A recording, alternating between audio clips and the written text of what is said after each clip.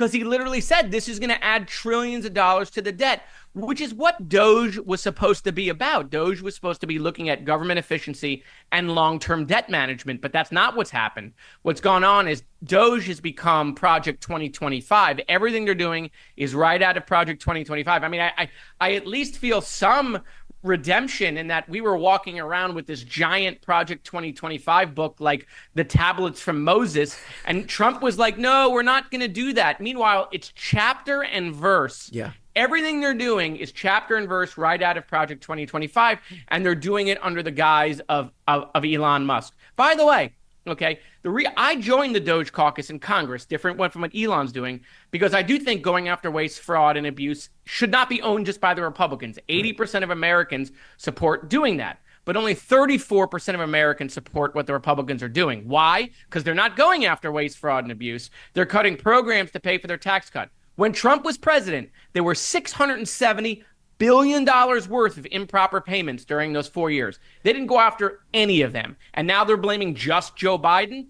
Listen, the debt was accumulated by both parties. It will take both parties to solve it. But what they're doing is they're trying to pay for these tax cuts, adding to the debt, and then they're going to go cut Social Security, Medicare, Medicaid, food programs to the poor, food programs to kids to try to give a massive tax cut away. Well, hold on. You don't think that they're actually going after waste, fraud, and abuse by completely ignoring the Pentagon, which has failed the last 7 audits, but going after USAID, which is responsible for half of 1% of the budget, and CFPB, whose only function is to give billions of dollars back to American taxpayers that were defrauded by predatory financial institutions? You're not buying the whole cutting waste, fraud, and abuse stuff?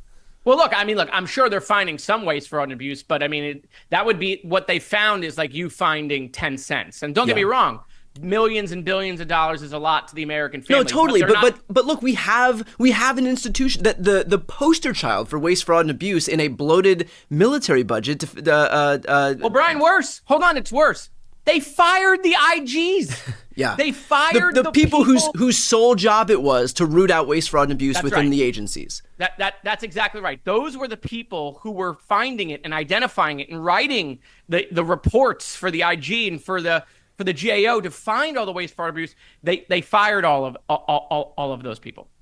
Can we talk about the Social Security Administration, the fact that the Trump administration is now looking to cut the phone service for Social Security Administration? Now, obviously, we know that Social Security is on the chopping block as far as Republicans are concerned. They've been chomping at the bit to eliminate Social Security, to privatize Social Security for years and years and years now. But they're taking kind of a roundabout way at doing this. And so, what are the implications of not just going for the agency itself, but doing something like cutting the phone service?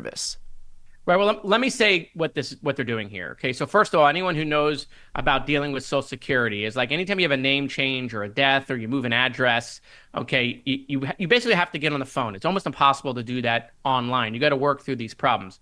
Oh, by the way, that population that has to do with it, not really computer proficient, right? Yeah. So they do this a lot on the phone. My office and every congressional office does a lot of casework, Republican, Democrat. We spend more time trying to help veterans and seniors get their checks out of the government because there is inefficiencies, by the way. We fix those inefficiencies by getting people on the phone that help us that work for the government, okay?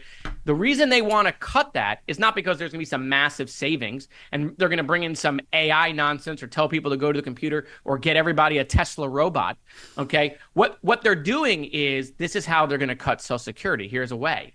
Because if you can't fix the problems, you're not going to get your check. And if you don't get your check, we're cutting Social Security. This is a hidden Social Security cut.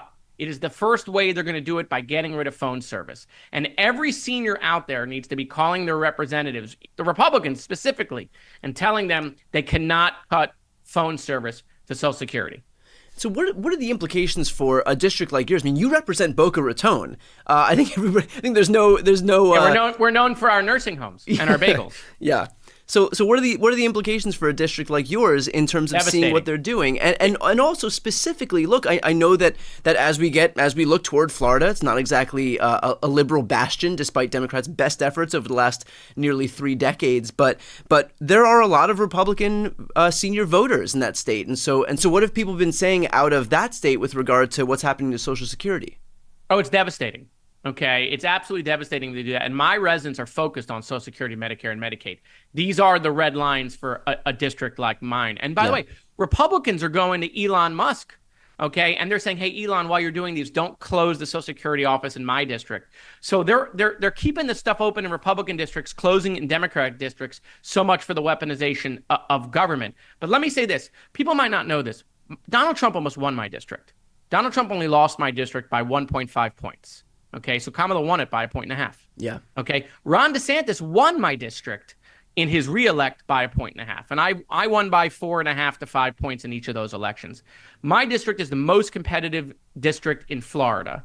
Republicans are coming after me. The NRC is coming after me, and so this is a moderate district I represent, and people are outraged over what they're doing about Social Security, Medicare, and Medicaid. And then you get to the Republican sides of my district, and by the way, they're outraged about what he's doing to the stock market, which I'm sure we'll talk about. Yeah. Well, to that exact point, I do want to talk about more broadly the economic downturn that we're seeing right now. Can you speak about that in light of the fact that really Trump's entire campaign was predicated on this idea that he's going to be some economic savior, that he understood the pain that people were contending with high rent prices, high housing prices, high grocery prices, the cost of eggs, and not only have those prices not gone down, but the stock market has. Yeah, right. This is one of the most unbelievable things to have occurred in this first 3 months. Okay, Trump went around the country, right, and he said the price of eggs is too high. Well, they're higher now. Okay, he said the cost of goods and groceries is too high. They're higher now under Trump. Okay, he went around and said the stock market and the economy is not good. Lower now. By the way, the stock market's almost at below 40,000 at the moment. Yeah. I mean, that thing goes below 40,000. You're talking that it's 4,500 points less than when he came into office, going to 39,000. And then we'll be in a free fall if that happens. And it's not just people who are in the stock market. It's 401ks, it's pensions. Right. It will affect our retirees and our community. Okay, Trump may have said a lot of crazy things from, the podiums around the country. He's going to have dinner with Hannibal Lecter, which I'm still waiting for. Okay, but he never said to America, oh, by the way, a little bit of pain. Right. I'm going to crash the market just a little bit, just a little touch. I'm going to start trade wars, okay, which is going to crash the market.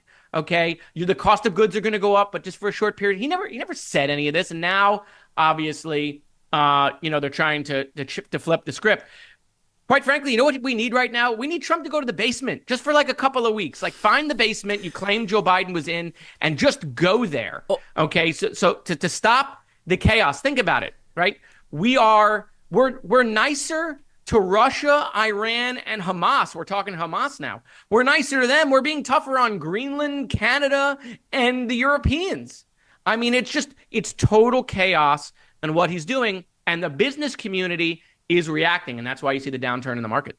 Really, all he had to do was just nothing. He just had to disappear, coast off of Joe Biden's strong economy, and just do nothing. The stock market was going up. It was at a record high. Hold on. This is his stock market. In January of 2024, Trump said, as the stock market was increasing, he literally tweeted out, this is the Trump stock market. In anticipation of his win. In anticipation of his win. Well, if it was the Trump stock market in January of 24, buddy, it's the Trump stock market in March of 25. This is your stock market. Okay. But look, I want to assuage your fears, Brian. Trump is focused on the right things. Today, he announced tariffs on champagne. Yeah. Okay. Nothing says out of touch than the president of the United States focusing on tariffs on champagne to the heartland, to the red states. Right. Just curious, what you think. I mean, you're a millennial, correct? I am an elder millennial. I think the elders of Zion. I think the term is geriatric millennial. I think that's the term that we use. I'm just curious what you think happened. What you think the response is going to be from millennial women when they find out that a 200% tariff has been slapped on wine. Well, listen. When they find out from their husbands that the stock market is gone down, and then they go to the store, and they're the one who see a lot of grocery prices. Yeah. Right. So they see grocery prices, and now they're going to see wine and champagne.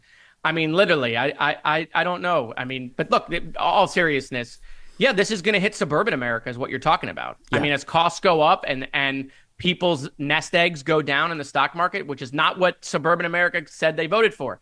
They were voting for, Trump to go take us into the golden age. We didn't know that eggs would be the price of gold, but that's what